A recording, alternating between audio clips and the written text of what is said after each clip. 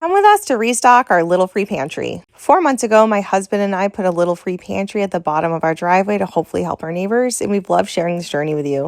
Due to the weather, I've just been leaving the bins out at the end of the driveway because trying to carry them with the ice is too difficult and refilling them down there is just too cold, so it's been getting depleted. Instead, I have these storage bins in our extra room that I will take from every day, and even though these look full, we're missing some of our main items. So we headed off to Old Faithful to restock, and it's actually my birthday when I filmed this, so I spent my birthday refilling our little free pantry, and my goal going into this was to spend less than $1,000. We ended up taking 3 carts just because of the way that I organize everything, so it's easier to go into the bags and then easier to sort once we get home. Most recent request that somebody left in our green notebook was to get these juice mixes where you just add water, so I made sure to get a couple different kinds. We also try to stock up on these snacks. We have a snack bin that we just dump everything into, and folks put them in their lunches, and then I also get these oatmeal packs. One of our most popular items is Pop-Tarts, so I try to get different kinds. Christian likes Pop-Tarts, I don't, so I always let him pick out the flavors that he likes. I also get a couple of these different individual kinds of cereals to dump in. It's important to me that our neighbors that are using our little free pantry have choice, so I always try to give them as many choices as possible.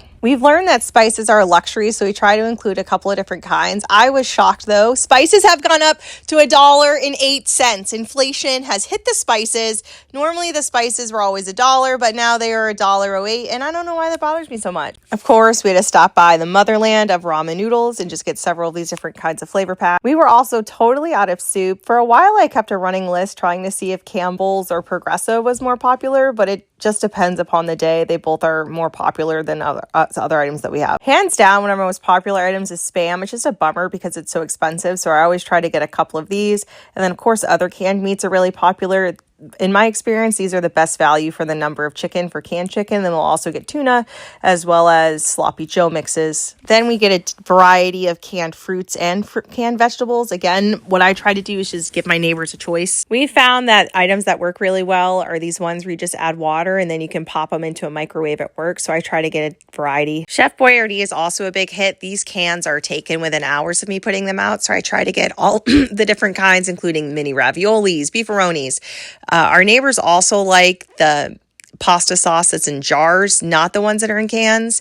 And here we go. We've already got 2 carts full, which are actually kind of hard to steer. We also provide non-food items such as hygiene items, and we prefer these individually wrapped rolls of Scotch. We also offer other hygiene items such as shampoo, toothpaste, deodorant. We had so many items, and Walmart has an item limit, so we actually had to do 3 different charges. So $291.71, $252.43, and $138.22 for a total of $682 and change. So this was still cheaper than what I was expecting, especially for the number of carts that we got.